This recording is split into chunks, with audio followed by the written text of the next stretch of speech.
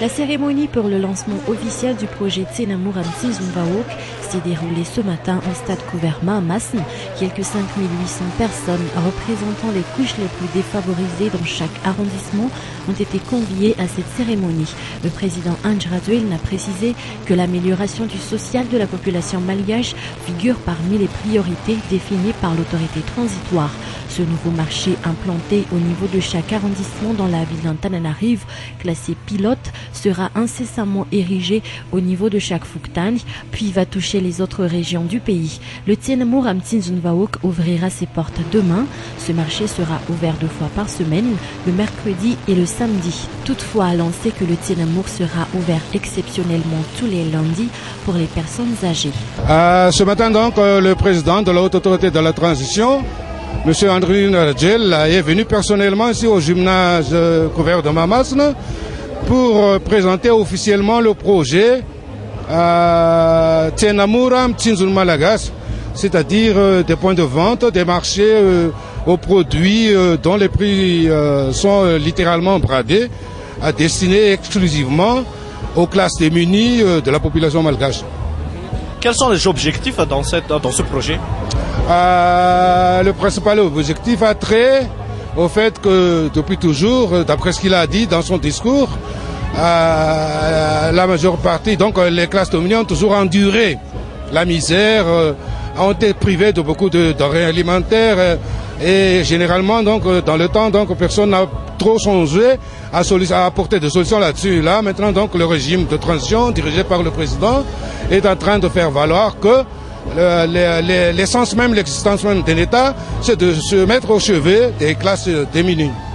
Le Tsenamur Mtsinzunvaok est un projet à long terme, a tenu à préciser le président de la Haute Autorité de la Transition, Anj Radueln. Il n'a donc pas été conçu uniquement pour cette période de transition. Lancé entre autres que pour l'année 2011, le budget alloué pour la mise en place de ce projet représente 1% du budget général de l'État.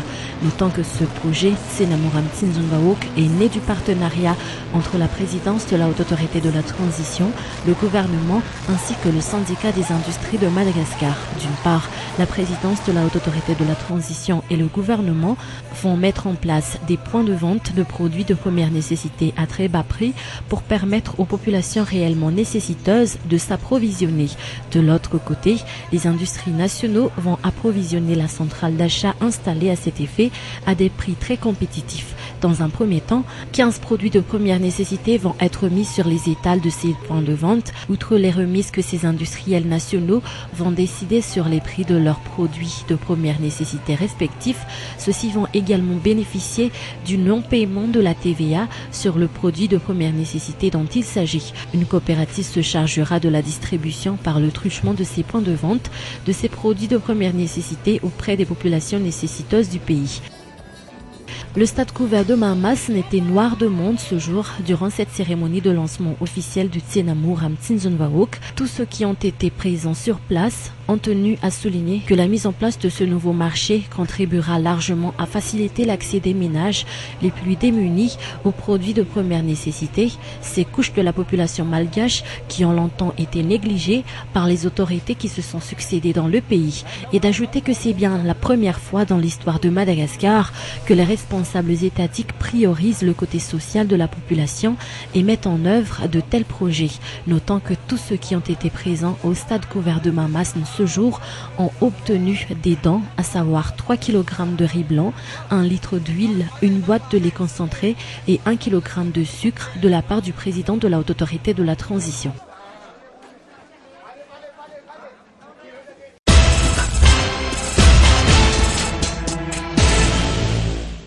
Profitant du lancement officiel du Tsenamur, le président Anj Radueln a donné son opinion concernant l'affaire politique nationale, lancé que la mise en place du gouvernement d'union nationale tant attendu par les politiciens signataires de l'accord politique d'Ivat se fera après la tenue du référendum constitutionnel du 17 novembre. Notons que la mise en place de ce gouvernement d'union nationale a été décidée lors de la conférence nationale d'Ivat. Tous les partis politiques signataires de l'accord politique d'Ivat y sera représentés. Pour ce qui est de la question sur l'amnistie, un sujet qui a suscité de nombreuses réactions, surtout après la mise en place des deux chambres. Le président Andry Rajoelina a été clair ce matin. Nous avons déjà des parlementaires, donc c'est à eux d'étudier de près chaque cas et par la suite de décider si telle ou telle personne va bénéficier ou non de l'amnistie, a-t-il avancé. La balle est donc dans le camp des membres du Congrès de la transition et ceux du Conseil supérieur de la transition.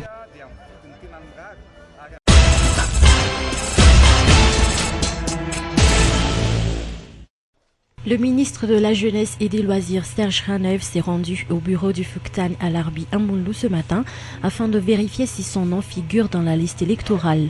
Par ce geste, le ministre de la Jeunesse et des Loisirs veut montrer un exemple surtout aux jeunes électeurs afin que chacun prenne ses responsabilités et fasse ses devoirs en tant que citoyen. En tant que citoyen qui a le droit de voter, je suis venu ici au bureau du Fouctan dans l'Arbi Ambounlou pour vérifier si mon nom figure dans la liste électorale. Aujourd'hui, donc, c'est la clôture de la liste provisoire. Et justement, c'est pour cela que je suis ici, pour voir est-ce que il y a une modification à faire par rapport à mon nom. J'ai donc vérifié mon nom sur la liste électorale provisoire et j'ai vu qu'il y a une erreur.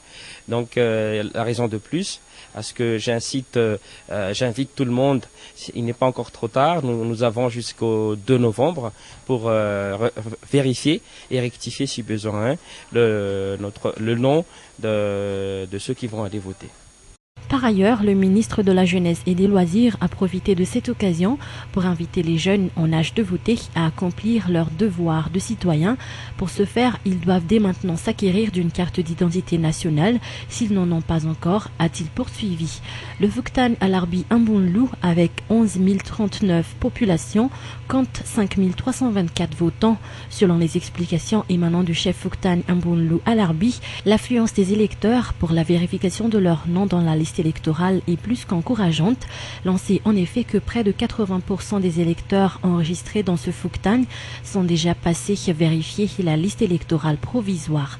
Notons que d'après la disposition prise par la Commission électorale nationale indépendante, l'arrêtage provisoire de la liste électorale au niveau de chaque Fouctan a eu lieu ce jour à 19h. L'on sait par ailleurs que les électeurs ont encore jusqu'au 2 novembre pour rectifier et vérifier leur nom dans la liste électorale.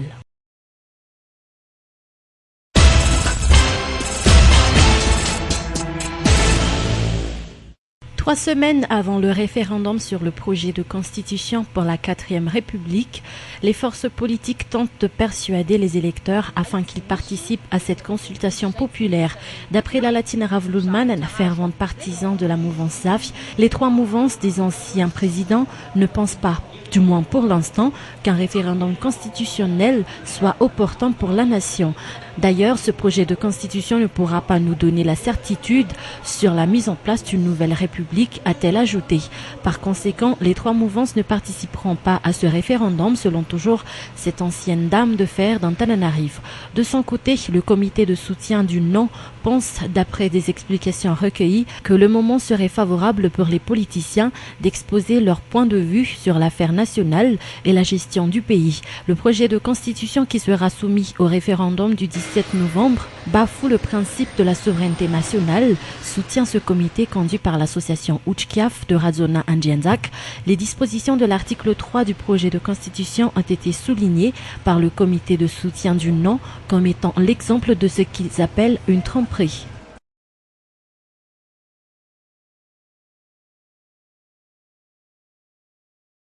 Pour sa part, le comité de soutien du oui, regroupant plusieurs partis et associations politiques, continue la sensibilisation de l'ensemble des citoyens sur le projet de constitution proposé par le comité consultatif constitutionnel et qui sera soumis au prochain référendum. Avec des carnavals sillonnant les quartiers de la capitale ainsi que des autres villes de la Grande Île, les propagandistes distribuent également des journaux renfermant les détails du projet de constitution. Avec cette pluralité d'opinions, la liberté d'expression, base de la démocratie, est respectée. La balle est donc dans le camp des citoyens qui prendront la décision finale.